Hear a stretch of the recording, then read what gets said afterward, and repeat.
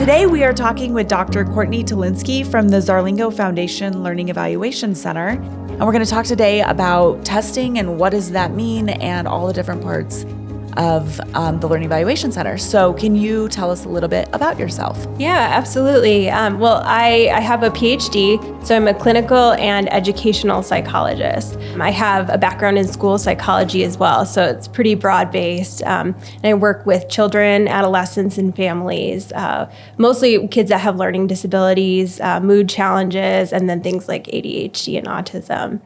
So my previous experience was working in schools. So I was a school psychologist in the public schools for several years.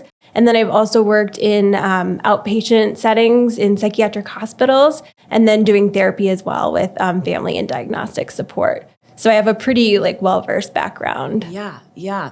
Okay, so let's just start with when a family has a child and they're struggling in school or they're struggling at home with emotions and that sort of thing.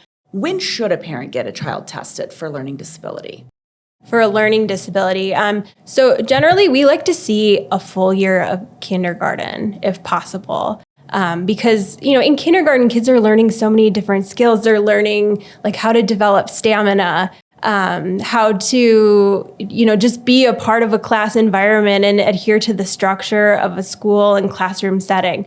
So that is important, as well as the social skills, right, that come along with being a kindergartner and learning how to be a part of a group and how to listen and be engaged. So there's so much that they're learning in kindergarten. And if they don't have those skills, then the academics are, difficult to develop as well. So we like to see a full year of kindergarten before we're really looking at, does this child possibly have a learning disability or are they struggling, right? And during kindergarten is really when they get that early intervention as well. The schools have gotten better with what we call response to intervention. And what that is they do assessments 3 times a year, generally speaking, and they're looking at kids' early reading skills and then their math skills. And then they're seeing, where kids are falling in terms of the population and who needs targeted support, right? So they're giving the kids the targeted support that they need. And having that full year of intervention is really critical to see, with support and with the practice, are they able to meet those gains, right? And meet up with their other peers, or are they still struggling, right, with that repetition and that evidence-based support? So that full year is really critical. And then maybe summer of kindergarten or beginning to middle of first grade is when we're really looking at, okay, if this child has had a lot of intervention, they're still struggling, maybe there's something else going on, right? And so it's a good idea at this point to test for a learning disability if they're still falling within that 0 to 15th percentile. Okay, now what about the kids who made it maybe to 3rd or 4th or 5th grade and they kind of did okay and they sort of kept up with their peers, but homework's taking 3 hours, or they're sick a lot because they don't want to go to school, that kind of kid. Yeah. At what point as a parent, when your 5th grader is struggling, do you know we got to get this looked at? Right. Yeah, so those are really big red flags or cues, as you mentioned. And a lot of kids at that point, we find that those kids are really smart, right? And we know learning disabilities, right? They have nothing to do with intelligence. When you have a learning disability, you either have average to above average, sometimes even superior intelligence, right? So a lot of kids are really good at figuring out ways to compensate or accommodate for some of their struggles. And then because of that, they fly under the radar, right? Or if they have a mild dyslexia or dysgraphia, it's easy for them to not be diagnosed because the schools are working with the most severe kids, right, that have the most severe needs. So 3rd grade is a really critical year. It's that grade where kids are going from learning to read to reading to learn, right? And that gap continues to widen if you don't get support. So if you're seeing in 3rd grade that your child is still falling behind, especially with intervention, then it's a really good idea to get them tested as soon as possible, just because it's good to know what their learning profile is, but to figure out, are they one of those kids that are really smart and they've been accommodating for their challenges, or do they have a mild learning disability and they've just been flying under the radar? Okay.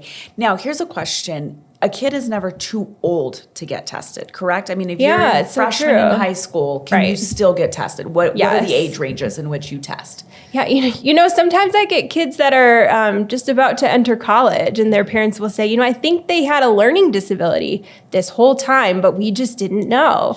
Sure. They're complaining about, it's difficult for them to spell, right? Or maybe their spelling's at like an 8th grade level and they're in 11th or 12th grade and they just can't get past that point.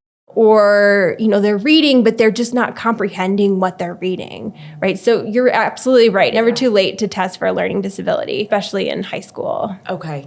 Now explain to me, you have to get retested every 3 years, is that correct? Why would you have to get retested?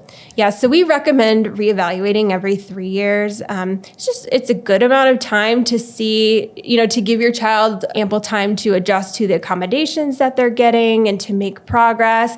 But there are a lot of developmental shifts that happen every 3 years when you think about it, right?